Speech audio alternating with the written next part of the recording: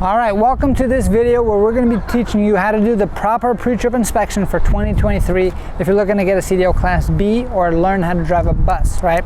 So the pre-trip inspection is something that did change in 2023, and if you're looking to get a CDL license, it's something you're going to have to be aware of. So we actually just created a whole new script with all the new changes, and if you focus on exactly what I tell you in this video, you should be able to pass this test.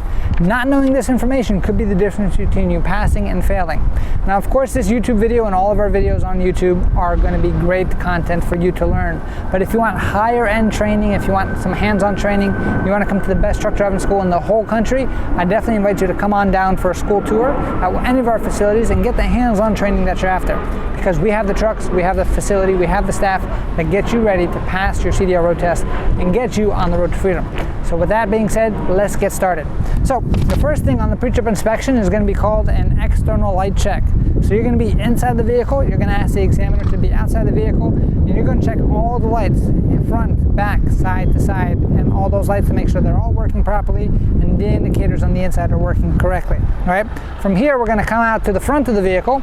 Now we're going to do an actual lenses check. So we're going to be checking the lenses of this vehicle. So any clearance light on top, they're clean, clear, proper color, not cracked or broken. And if we were taking a school bus, we'd be talking about those four-way lights, so the red warning lights and the amber warning lights on the side. Same exact thing we would say there. We would say our turn signals, headlights, high beams, all the same, clean, clear, not cracked or broken, and they are all of the proper color. After you've handled that, now we're going to say, okay, my bus is not leaning one way or the other, front to back or side to side, and I do not see any puddles on the ground, no dripping fluid on the underside of the engine or transmission either. All right, so now let's talk about what we're going to be talking about underneath the hood. So we're opening up the hood. It doesn't open because we got to make sure that we unlatch it first. So we're going to have a latch on each side, open up this hood, and I'll be right back. All right, now that we've unlatched both sides, it's time to open it up. So to open up the hood, one hand on top, a foot over here if you need to, and let's open this baby up. All right, so let's talk about this thing. Underneath the hood, what are we going to have to talk about? First thing we're going to be talking about is all of our hoses and all of our air lines. So all of our air lines and hoses are in good condition, not leaking, not cut or anything like that. We're going to have our coolant level right over here. Coolant is built so then we can actually cool down the engine and keep it at the proper temperature. It's going to be in between the max and the fill line, and we cannot open up this cap because this engine is hot. If the engine was not hot, then we can check from the cap itself, right?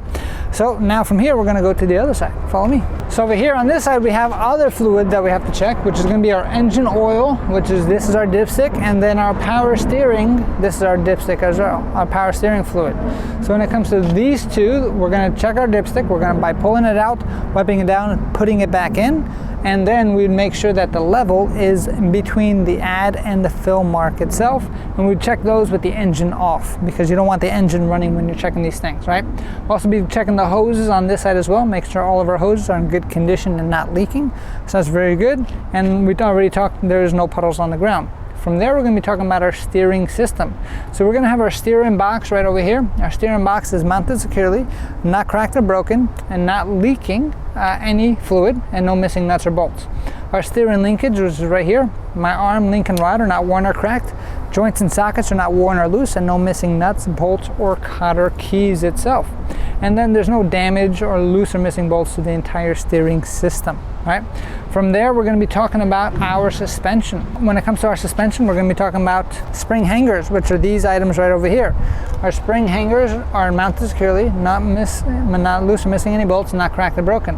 Our leaf springs are not missing, shifted, cracked, or broken, which is what's connected to the spring hangers right over there. We're going to have our shock absorbers over here. Our shock absorbers are mounted securely. They are not leaking, and the bushings on the top and on the bottom are mounted securely and not missing as well. We're going to be talking about our brake lines and hoses. Our brake lines and hoses are not cracked, worn, or leaking, and they are mounted securely to their couplings.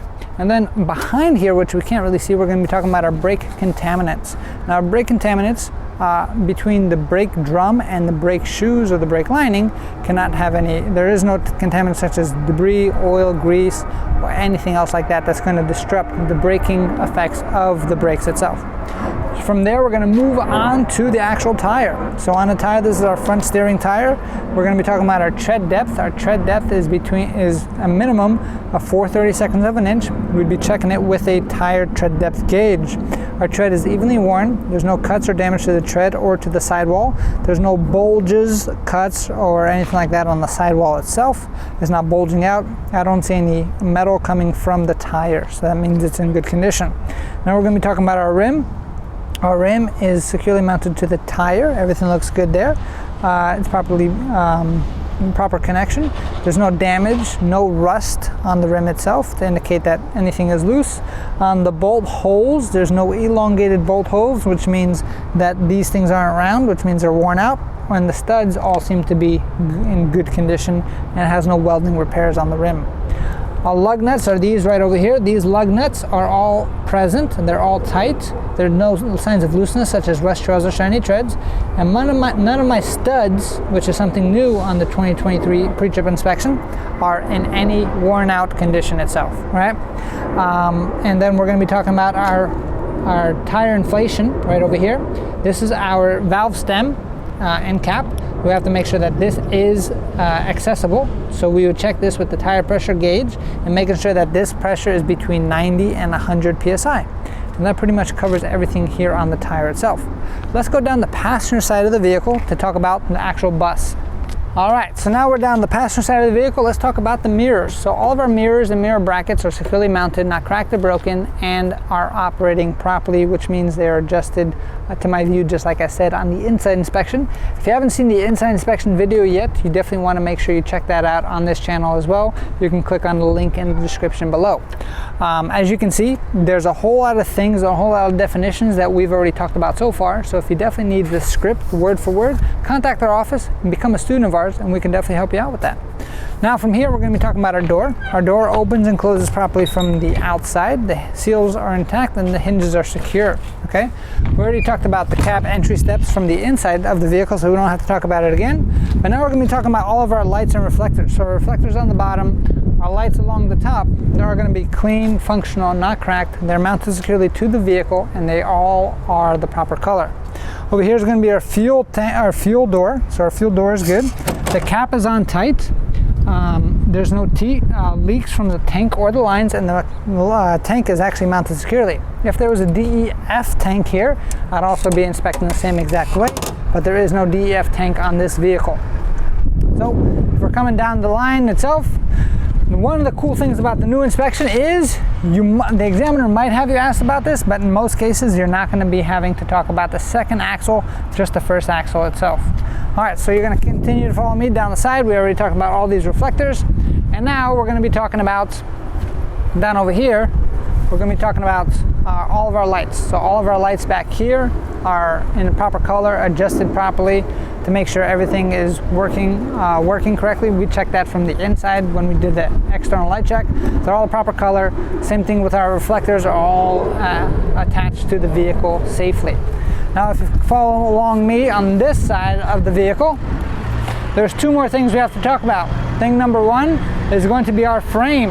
So our frame members and cross members underneath and also with the floor are not cracked or damaged, have any holes, or not missing any parts underneath there. Everything's in good condition. And then when it comes to the last item, which is going to be our battery box. So our battery door is actually working correctly. Our batteries are secure. There's no excessive corrosion on the batteries itself, right?